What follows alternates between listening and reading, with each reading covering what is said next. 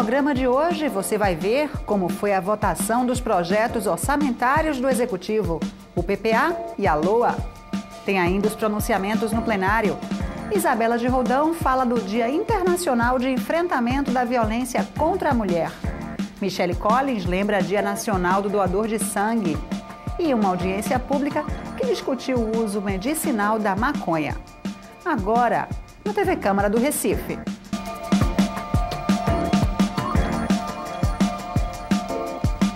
Olá, está começando mais um TV Câmara do Recife online.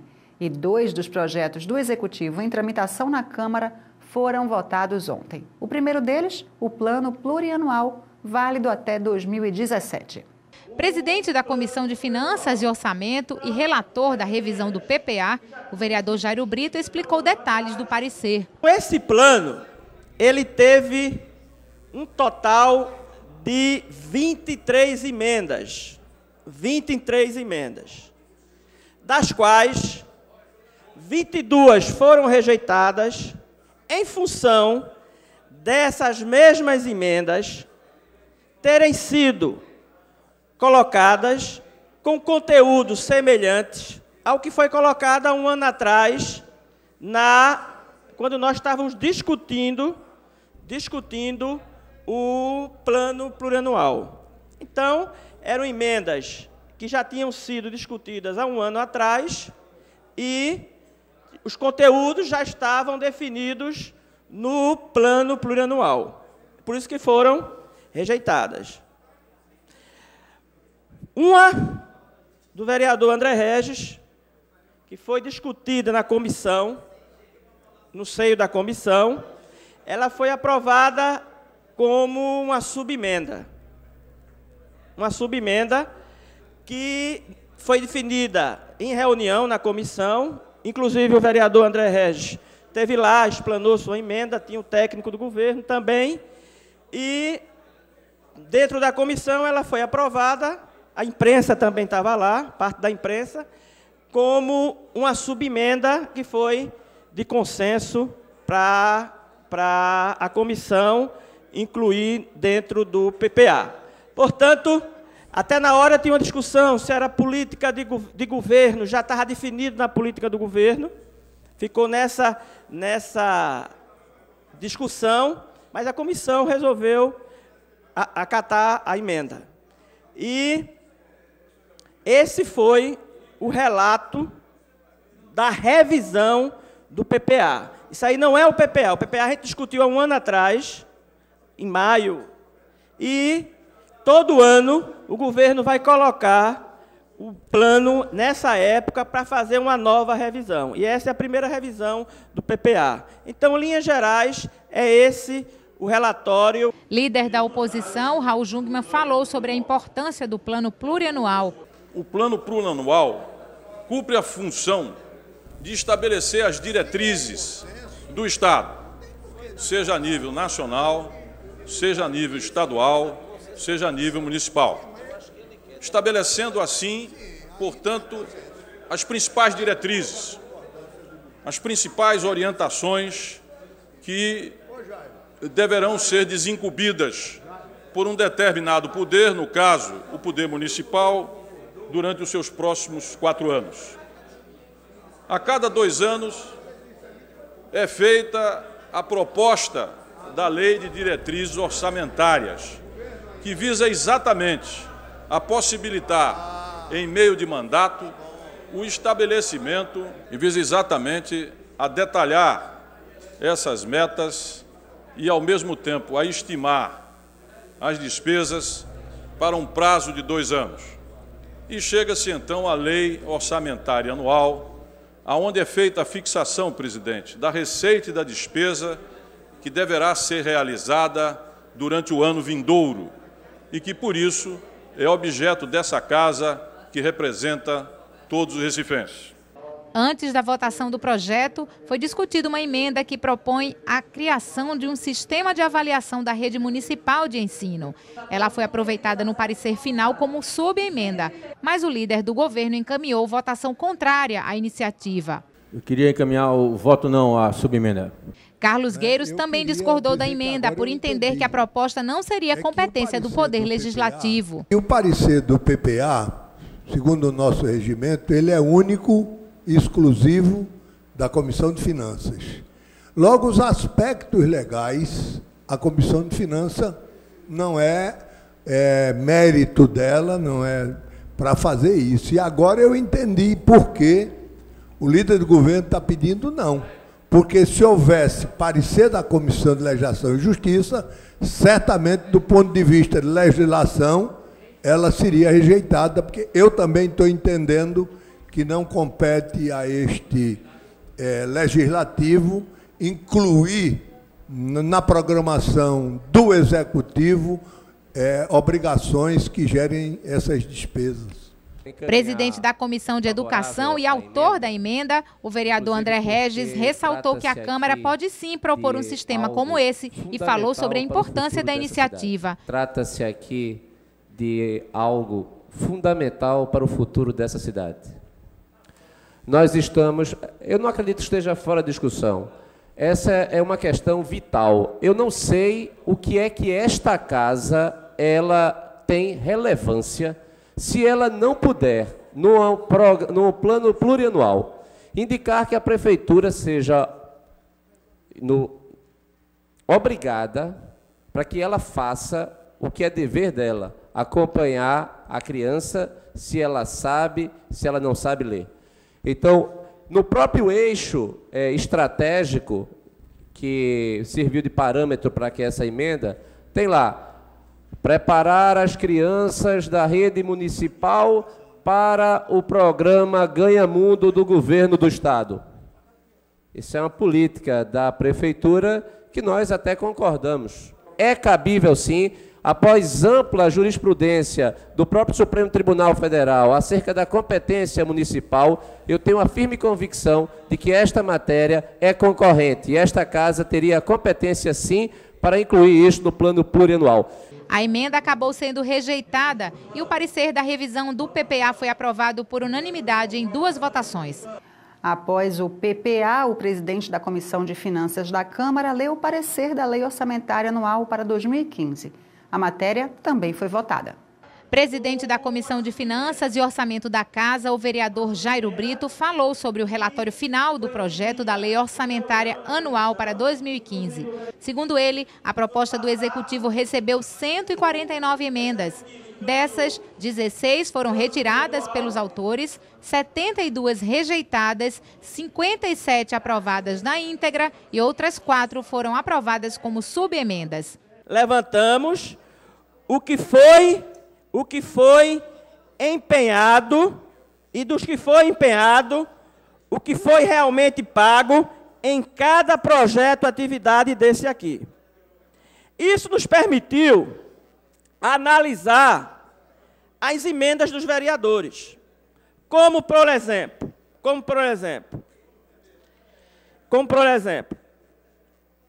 a vereadora Priscila Krause entrou com uma emenda no seio da comissão, diminuindo o percentual que o governo tem de 15% para usar como créditos suplementares no orçamento.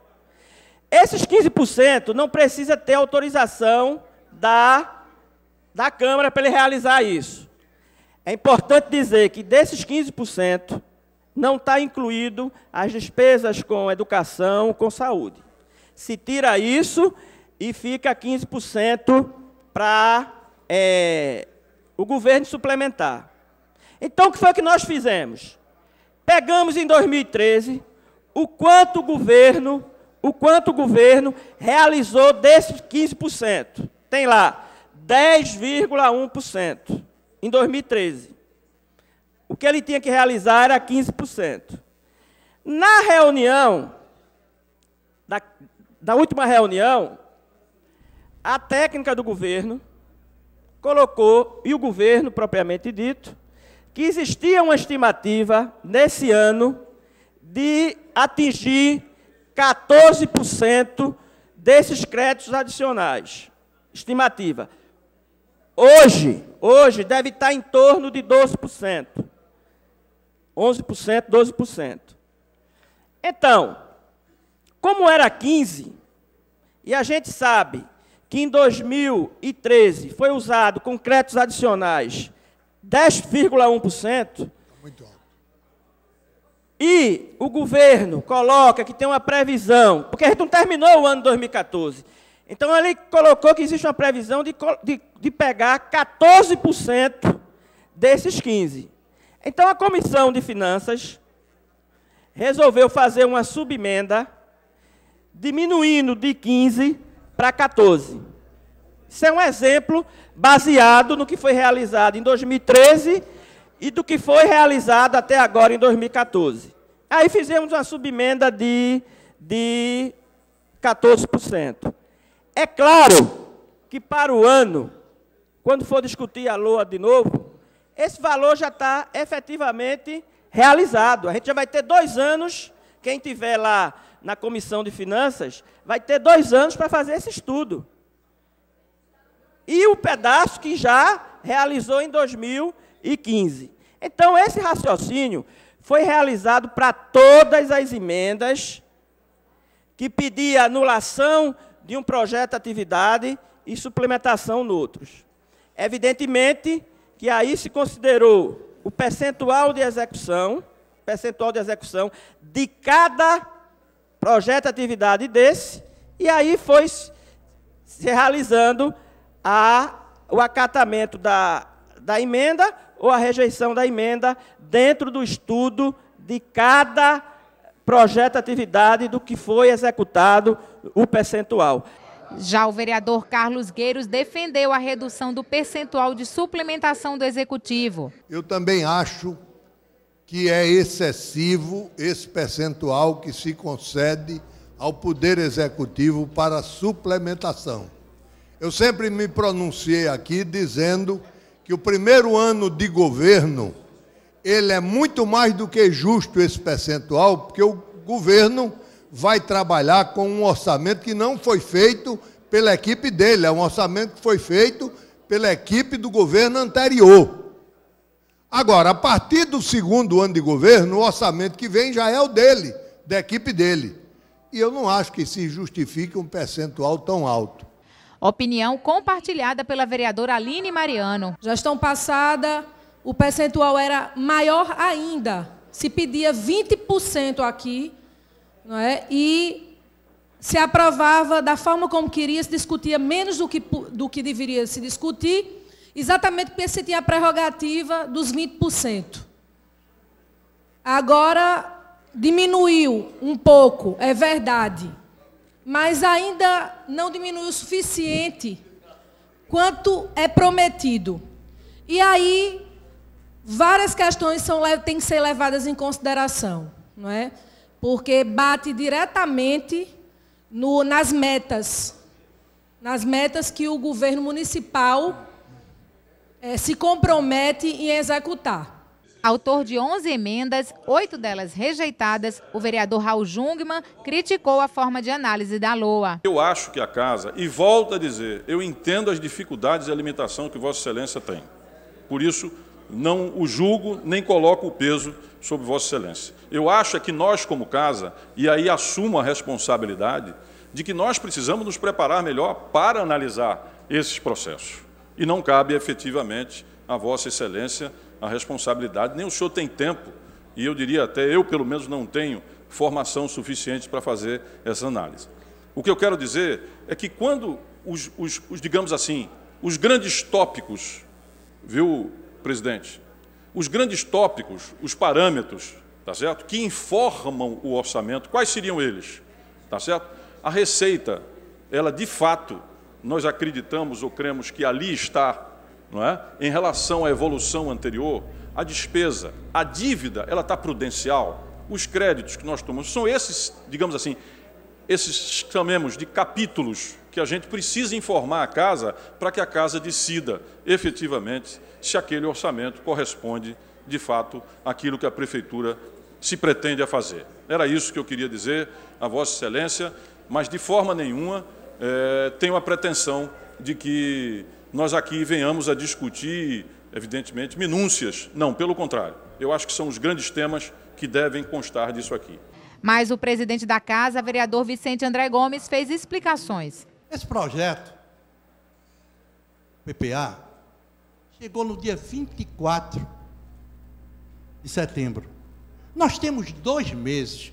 Todos esses questionamentos de Vossa Excelência podia ter feito por pedido de informação. E aí, hoje, nós estaríamos votando exatamente com esses argumentos que Vossa Excelência coloca em tela. Essa casa errou, porque Vossa Excelência, que hoje usa a tribuna, podia ter usado há 2 meses atrás, quando chegou aqui, os questionamentos que Vossa Excelência tem razão.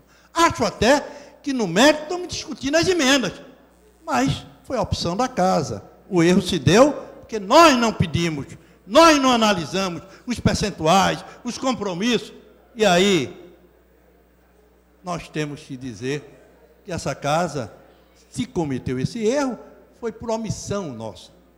E aí eu quero ter o prazer de dizer que a prefeitura mandou no prazo.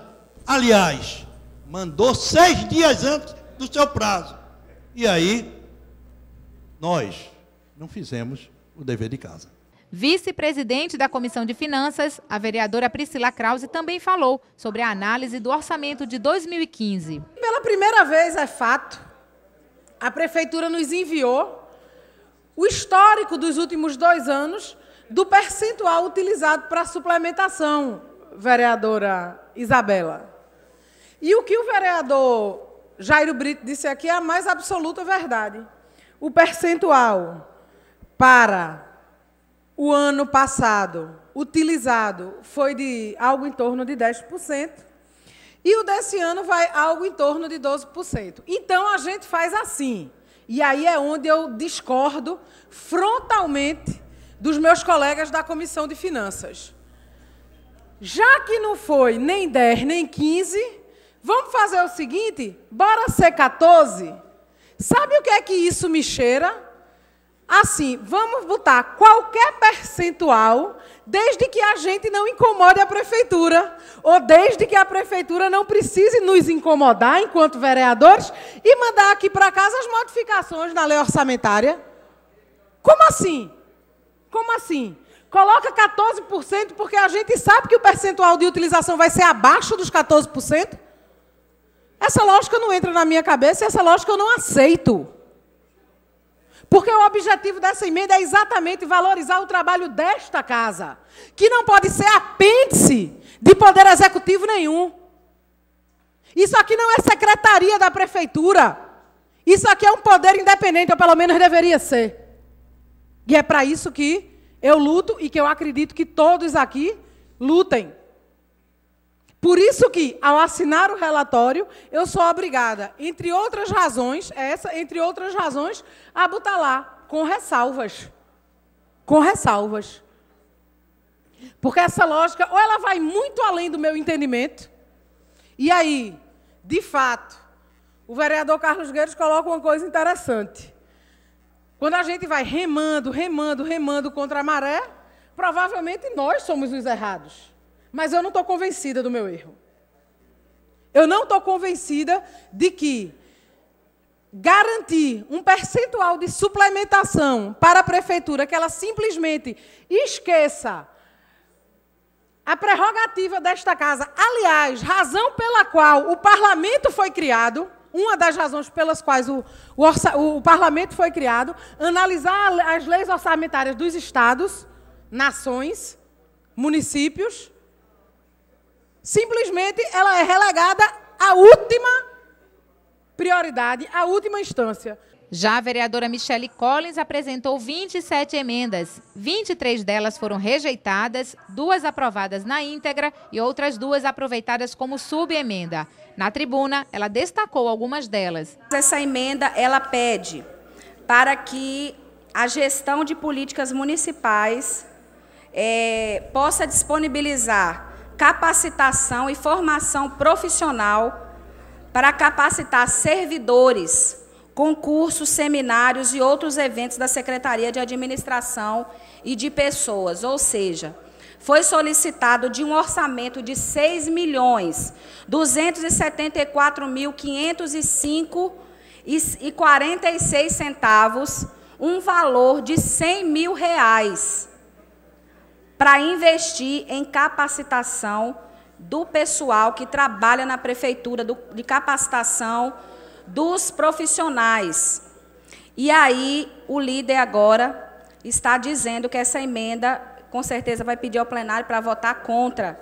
E eu gostaria que Vossas Excelências levassem em consideração e peço a benevolência de Vossas Excelências no sentido de aprovar essa emenda. Algumas emendas foram votadas separadamente a pedido dos autores, mas elas acabaram sendo rejeitadas. Em seguida, foi votado e aprovado na íntegra, em 2 discussões, o parecer da Comissão de Finanças e Orçamento. O projeto agora segue para a sanção do prefeito. Foi aprovada em segunda discussão a criação do Dia Municipal do Trabalho Decente. Antes de ser votada, a matéria foi discutida no plenário. Antes de votar o projeto, o vereador Carlos Gueiros fez uma ponderação. Eu estou vendo aqui que o projeto ele institui no calendário oficial do Recife o dia 7 de outubro como o Dia Municipal do Trabalho Decente. Tem algum trabalho indecente? Mas a autora da proposta, a vereadora Michele Collins, explicou o conceito de trabalho decente de acordo com a Organização Internacional do Trabalho, que é ligada à ONU. Esse projeto ele é repercutindo um dia que já existe, um dia internacional, que é estabelecido pela Organização Internacional do Trabalho, que é um órgão ligado à ONU, que coloca que trabalho decente é o trabalho onde o trabalhador é valorizado, tem um salário justo, tem carga horária compatível, não é explorado, também a questão do trabalho infantil, e por isso se deu esse nome, Dia do Trabalho Decente, porque decente é aquilo que nós consideramos bom para o trabalhador, e assim é a designação da ONU e da Organização Internacional do Trabalho. Já existe esse projeto em outras capitais, a exemplo de São Paulo.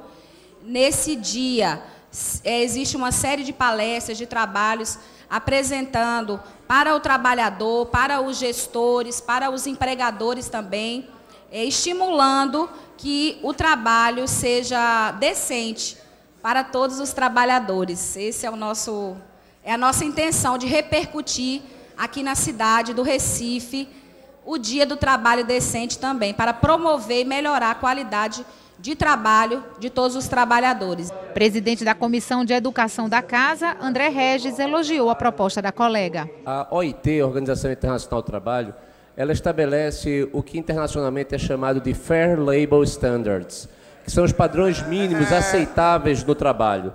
E é justamente esse padrão mínimo que faz com que qualquer trabalho seja decente se esse padrão mínimo for atingido. Ou seja, não pode haver discriminação no local de trabalho entre homens e mulheres.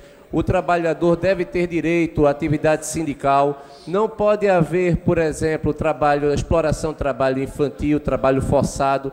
Isso faz com que o trabalhador ele seja tratado internacionalmente de forma a não permitir o que é chamado de social dumping, dumping social, onde algum país vai tomar para alguma vantagem internacional justamente porque não protege a sua mão de obra. Então, nesse sentido, eu acredito que esse projeto ele vai ao encontro da convenção da OIT, que é uma organização que faz parte e integra o sistema ONU. O projeto de lei foi aprovado em segunda discussão e segue agora para a análise do Poder Executivo. No Dia Internacional de Enfrentamento da Violência contra a Mulher, Isabela de Roldão convocou os vereadores a discutirem o tema e colaborar na extinção desse tipo de violência. A luta em defesa das mulheres tem sido acirrada, exigindo da Justiça a criação de medidas que impeçam os homens de assassinarem ou baterem nas suas esposas ou companheiras. E mais além, que as mulheres tenham seus direitos preservados. A culminância dessa proteção de direitos veio com a Lei 11.340, de 7 de agosto de 2006, a Lei Maria da Penha, que cria mecanismos para coibir a violência doméstica familiar contra a mulher, nos termos do artigo 8º, do parágrafo 8º do artigo 226 da Constituição Federal, da Convenção sobre a Eliminação de todas as formas de discriminação contra as mulheres e da Convenção Interamericana para prevenir, punir e erradicar a violência contra a mulher. dispõe sobre a criação dos juizados de violência doméstica e familiar contra a mulher e altera o Código de Processo Penal, o Código Penal e a Lei da Execução Penal e dá outras providências. Não se trata apenas, senhor presidente, já estou concluindo, não se trata apenas de agressão física. Ela é muito mais abrangente e possibilitou que os agressores de mulheres no âmbito doméstico ou familiar sejam presos em flagrante ou tenham sua prisão preventiva decretada. Estes agressores também poderão ser punidos com penas, não poderão mais ser punidos com penas alternativas. A legislação também aumenta o tempo máximo de detenção previsto de 1 para 3 anos e ainda prevê medidas que vão desde a saída do agressor do domicílio à proibição de sua aproximação da mulher agredida. Este ano a campanha também alerta para o cumprimento da Plataforma de Ação de Pequim, cuja aprovação completará 20 anos em 2015. Fruto da 4ª Conferência Mundial sobre a Mulher, a plataforma listou 12 áreas de trabalho como mulheres e pobreza, mulheres e a mídia, e apontou ações concretas que deveriam ser desenvolvidas pelos países signatários para promover a igualdade de gênero. Em relação à violência, considerava que essa violência constitui obstáculo a que se alcance os objetivos de igualdade, desenvolvimento e paz. Nos termos da declaração, quase 20 anos depois da aprovação do texto, mais de 2/3 dos países aprovaram leis contra a violência doméstica, em decorrência das propostas elaboradas em Pequim, segundo a ONU. As leis, contudo, não têm sido cumpridas cumpridas a contento na avaliação da organização. Além disso, o objetivo de prevenir e eliminar todas as formas de violência contra as mulheres e meninas segue distante. As informações já temos. O que precisamos agora é de ações coletivas e eficazes. Chega de paliativos. A violência contra as mulheres está inserida em nossa cultura e na cultura de muitos outros países. Temos que trabalhar com a prevenção da violência contra as mulheres, além das leis, políticas e planos. Também é preciso ter recursos, tanto humanos quanto financeiros. Não somos um sexo frágil, senhor presidente. Somos seres capazes de gerar, de gerir e de girar o mundo. Ontem também foi o Dia Nacional do Doador de Sangue. A data foi lembrada no plenário pela vereadora Michele Collins. Qualquer pessoa pode doar sangue, desde que tenha entre 16 e 69 anos. Desde a primeira doação tenha sido feita até os 60 anos. A pessoa tem que pesar mais de 50 quilos, tem que levar o documento oficial de identidade com foto e estar bem de saúde. Não estar em jejum, evitar apenas alimentos gordurosos nas 3 horas que antecedem a doação. Portanto, é importante ressaltarmos que é sempre bom reforçarmos os estoques dos bancos de sangue e hemocentros para que possamos salvar vidas. A doação de sangue não afeta a saúde das pessoas que doam, porque se retira menos que 10% do volume sanguíneo total do adulto. Por esse motivo, só é permitida a doação por pessoas acima de 50 quilos. Então, fica aqui o meu reconhecimento aos doadores de sangue de todo o Recife, de todo o país, pelo importante gesto que serve de exemplo para toda a população. O vereador Osmar Ricardo promoveu uma audiência pública para discutir o uso medicinal e terapêutico da maconha. O encontro serviu para ouvir a opinião de vários setores da sociedade sobre o tema. A reunião pública para debater o uso medicinal e terapêutico da cannabis sativa foi solicitada pela Associação Brasileira de Redução de Danos e pelo coletivo antiproibicionista Mujica, entidade que luta pela liberação do uso da maconha. A nossa proposta inicial de solicitar essa audiência pública vem da urgência da necessidade do debate que está ocorrendo nacionalmente, que é o debate sobre a legalização medicinal, né, da planta cannabis. E aí a nossa proposta de trazer esse debate para a Câmara é fazer e movimentar, inclusive, o debate na cidade do Recife e no estado de Pernambuco. Nacionalmente, o dia 27/11 foi considerado pelos coletivos de movimentos sociais que lutam pela legalização, não apenas medicinal, mas também geral do uso de maconha, né? E aí foi definido que o dia 27/11 seria o Dia Nacional de Luta pela Legalização Medicinal da Maconha e Combate ao Câncer, que é uma das doenças que podem ser tratadas com a maconha medicinal. Né? E aí a proposta é que hoje a gente possa trazer aqui, né, o caso de mais de 20 famílias que a gente tem registrado, que estão em busca de trazer CBD para tratar os seus filhos, e outros pacientes que possuem outros tipos de doença, como câncer, anorexia, epilepsia, Todas essas doenças podem ser tratadas através do uso do canabidiol, que é um dos componentes da maconha. A gente precisa que os governos municipais, os governos estaduais se envolvam no debate. É um debate de saúde pública. A gente não pode renegar esse debate, é um debate que está posto na sociedade, que está sendo colocado no Senado, na Câmara Federal, em algumas câmaras estaduais, no Brasil afora, tem sido debatido também. Em algumas câmaras, por exemplo, como de São Paulo e Rio de Janeiro, a gente já teve a aprovação da Câmara Estadual para que os médicos pudessem prescrever a maconha para uso para determinados tratamentos. E isso já é um grande avanço, mas a gente sabe que precisa avançar mais. Claro que para nós que somos do movimento social e que defendemos a legalização da maconha, a maconha medicinal é apenas um passo.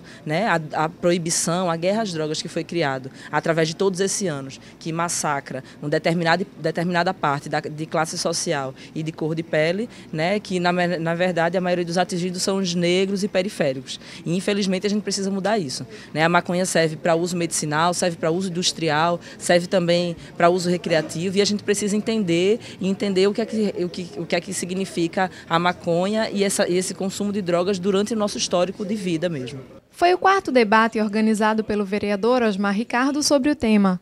O uso de remédios à base da maconha não são regulamentados pela Agência Nacional de Vigilância Sanitária.